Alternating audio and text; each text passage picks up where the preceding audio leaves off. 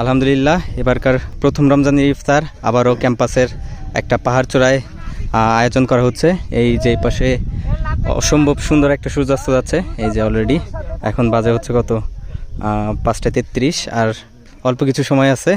এই যে আমাদের সদস্যরা চলে আসলো। মুস্তাফিজ ভাই হাই, অনুভূতি কেমন বলেন?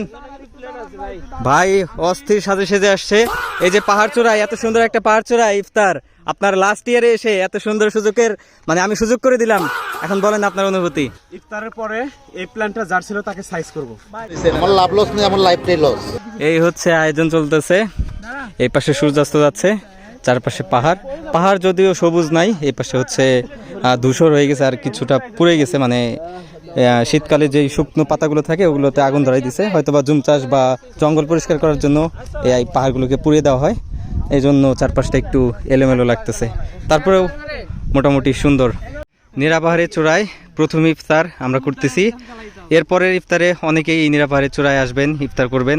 হয়তোবা প্লাস্টিক বা এই যে plate, one time plate, glass যারা নিয়ে আসেন এখানে চূড়ার আশেপাশে ফেলে যান। আমরা হচ্ছে এই যে সব প্লাস্টিক এগুলো সব নিয়ে যাবো। অন্তত সবাই নিজ নিজ দায়িত্বে এগুলো যেমন নিয়ে আসেন, নিজ নিজ দায়িত্বে এই পাহাড় থেকে নিয়ে যাবেন। এই পাহাড়টাকে পরিষ্কার